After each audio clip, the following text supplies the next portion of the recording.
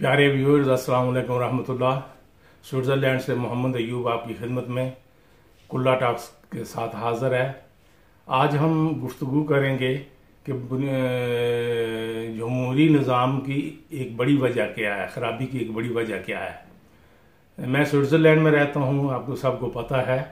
यहाँ पर direct democracy है और बाकी भी यूरोप के अंदर इसी किस्म से मिलता जुलता निज़ाम है।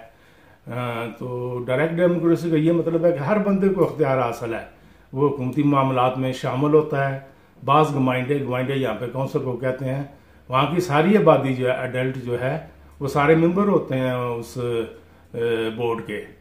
और बाज़ों में ये होता है कि हर 2-3 घरों के ऊपर एक नुमाइंदा होता है, यानी हर बंदे को, हर गली को, हर मतलब मोहल्ले को सारी सहूलतें मुहैया की जाती हैं।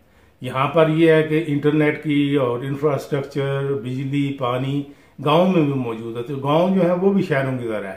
तो इसकी वजह यह है कि निचली सतह तक अख्तियारात जो हैं वो आवाम को दिए जाते हैं। हमारे यहाँ इस तरह नहीं। दूसरी तरफ हमारा हमसाया चीन जो है, वहाँ पर गो के वादानी निज़ाम है, लेकिन वहाँ पर भी 90% जो बल्दियाती निज़ाम है वो सूबाई हुकूमतों के इख्तियार से बाहर है। सूबाई हुकूमतों का काम है सिर्फ थोड़ी बहुत निगरानी करना, कोई थोड़ी बहुत मदद करना। बाकी काम जो है वो खुद कौंसलें करते हैं, नुमाइंदे करते हैं। हमारे वज़ीर आज़म बहुत दफ़ा कह चुके हैं कि मैं नया बल्दियाती निज़ाम ला रहा हूँ, लेकिन अभी तक तो कुछ भी नहीं है। बल्कि जो तहरीक इंसाफ आती गई तो जो बल्दियाती अदारे कायम थे वो भी ख़त्म कर दिए।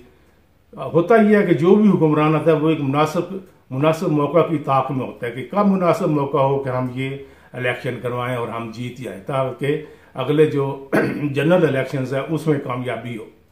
देखें, खैबर पख्तूनख्वा में 2018 का जो बल्दियाती कानून में तरमीम की गई थी, ज़िला काउंसिल ही ख़त्म हो गया। जब ज़िला काउंसिल ख़त्म होगी तो तहसील वाले कहाँ से जाएं, क्योंकि सारे ज़िले जो हैं, हेल्थ जो है, पब्लिक हेल्थ है, पानी है, सेहत है, ज़राअत है, वो सारे तो उधर ही होते हैं। तो किससे रब्ता करें, कैसे कोऑर्डिनेट करें, खुदा जाने ये किस दिन निज़ाम आएगा। है ये कि हमें ये समझना चाहिए कि आर्टिकल जो है हमारा 40 आइन का, उसके मुताबिक इनको देना है इख्तियारात, लेकिन ये देते नहीं इख्तियारात। जो भी आता है बड़े बड़े दावे करते हैं, लेकिन जब सूबे में उनको मिल जाते हैं इख्तियारात, 18वीं तरमीम ने बहुत कुछ गड़बड़ कर दी, सारे इख्तियारात इनको मिल गए, तो सूबे से नीचे की तरफ नहीं आते, ज़िला की तरफ नहीं आते, तहसील कौंसिलों की तरफ नहीं आते। तो इस तरीके से बहुत बहुत बड़ी ये खराबी है। तो निज़ाम का ढांचा तो आर्टिकल के तहत ये है कि मरकजी हुकूमत है, फिर सूबाई हुकूमत है, फिर बल्दियाती निज़ाम है, ये 3 दर्जे हैं, इसके ऊपर काम होना चाहिए।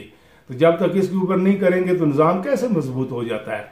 तो बस ये है कि मुल्क की ज़रूरत एक ऐसे जमहूरी निज़ाम की है जिसमें इख्तियारात निचली सतह तक हों। ये बस सोचने की बात है, इसके ऊपर अमल करना चाहिए। तमाम जो हैं सूबे जो हैं वो माली और इंतज़ामी इख्तियारात जो हैं वो ज़िला और यूनियन कौंसिलों को दें, बस देते नहीं हैं। जो हुक्मरान आया उसने एक नया बल्दियाती निज़ाम लेकर आया।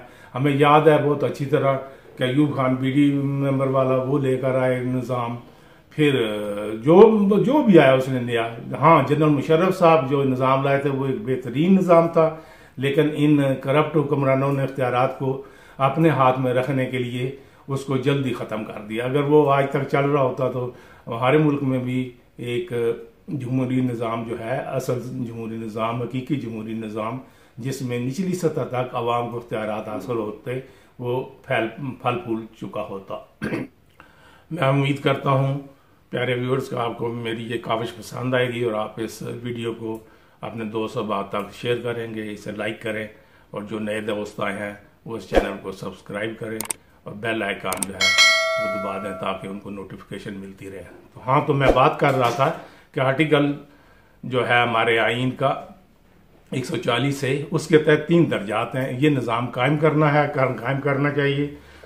माली इख्तियारात जो हैं, जो इंतज़ामी इख्तियारात हैं, वो नीचे कौंसिल तक, गाँव तक पहुँचाएँ।